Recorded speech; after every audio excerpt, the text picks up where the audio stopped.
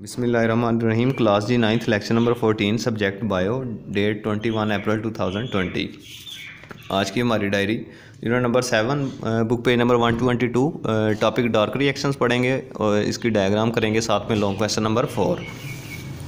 तो देखें ज़रा, टॉपिक है हमारा जी डार्क रिएक्शंस। जैसा कि आप जानते हैं डार्क रिएक्शंस इसका नाम इसलिए रखा गया है क्योंकि ये लाइट की एब्सेंस में होते हैं, लाइट की गैर मौजूदगी में।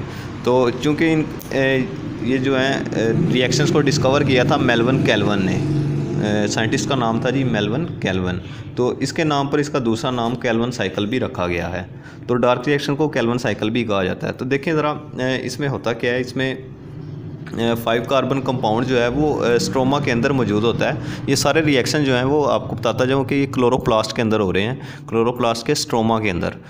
तो वहाँ पर 5 कार्बन कंपाउंड पहले से ही मौजूद होता है। तो पौधे जो है हवा से CO2 कार्बन डाइऑक्साइड लेते हैं, तो इन दोनों का रिएक्शन होता है। रिएक्शन के बाद 6 कार्बन कंपाउंड हासिल होता है। चूँकि 5 कार्बन मिलते हैं तो एक कार्बन डाइऑक्साइड हर एक में शामिल होने से, यानी 3 कार्बन डाइऑक्साइड शामिल होंगी इसमें, तो बनेंगे 6 कार्बन कंपाउंड। तो 6 कार्बन कंपाउंड बनते हैं। तो ये जो 6 कार्बन कंपाउंड है ये तोड़ दिए जाते हैं 3 कार्बन कंपाउंड में। मसलन एक 6 कार्बन कंपाउंड 3 कार्बन कंपाउंड बनाएगा। इसी तरह 6 कार्बन कंपाउंड 3 कार्बन कंपाउंड बना देंगे।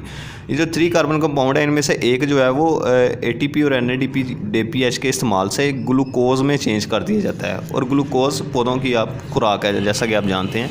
तो पौधे अपनी खुराक बना लेते हैं इस तरह रिड्यूस होकर, यानी ATP जो एनर्जी फ्राहम करता है और 3 कार्बन कंपाउंड जो है यहाँ से हाइड्रोजन लेता है, यानी रिड्यूस हो जाता है। 3 कार्बन कार्बोहाइड्रेट में पहले चेंज होता है और ये कार्बोहाइड्रेट जो है वो ग्लूकोज में चेंज हो जाती है।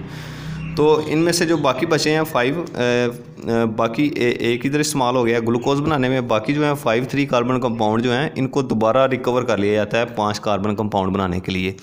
इसी तरह जब नेक्स्ट ये एक चक्कर मुकम्मल हो जाता है, नेक्स्ट जो है फिर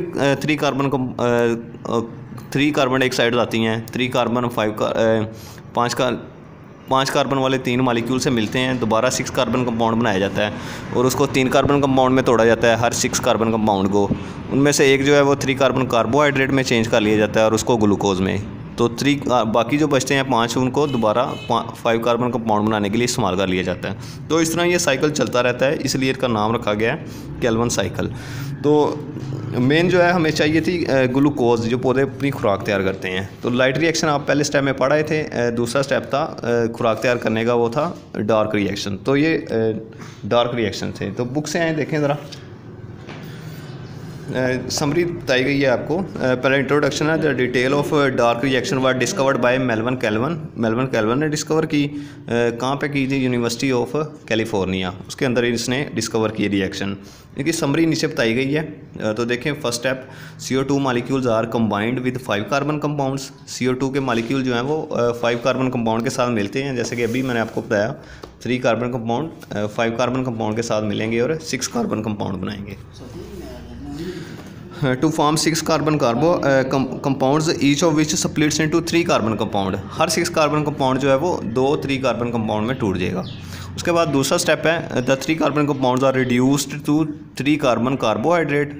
3 कार्बन कार्बोहाइड्रेट में चेंज होंगे। किस तरह चेंज होंगे? ATP से एनर्जी हासिल करेंगे और NADPH से हाइड्रोजन लेकर रिड्यूस हो जाएंगे। तो ये जो 3 कार्बन कंपाउंड हैं फिर क्या बनाएंगे? ग्लूकोज, यानी पौधों की खुराक तैयार कर देंगे। उसके बाद लास्ट स्टेप है, the 3 carbon carbohydrates are also use to regenerate the original 5 carbon compound. यानी ये जो 3 कार्बन कंपाउंड है इसको वापस जो है 5 कार्बन कंपाउंड में चेंज कर दिया जाता है ताकि नेक्स्ट साइकिल चल सके।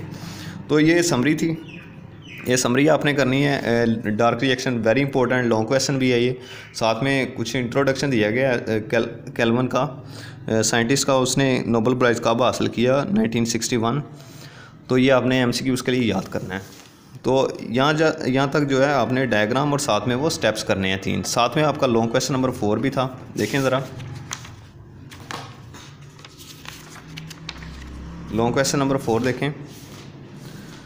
Outline the process involve in photosynthesis, यानी फोटोसिंथेसिस के अंदर जो है वो कौन से प्रोसेस होते हैं। तो फोटोसिंथेसिस में आपने करना है कि लाइट रिएक्शंस होते हैं और साथ में डार्क रिएक्शन। तो आपने ये दोनों लिखने हैं, लाइट रिएक्शंस भी, इसकी डायग्राम भी और डार्क रिएक्शन और इसकी डायग्राम। तो यहाँ तक ये आपका लॉन्ग क्वेश्चन था।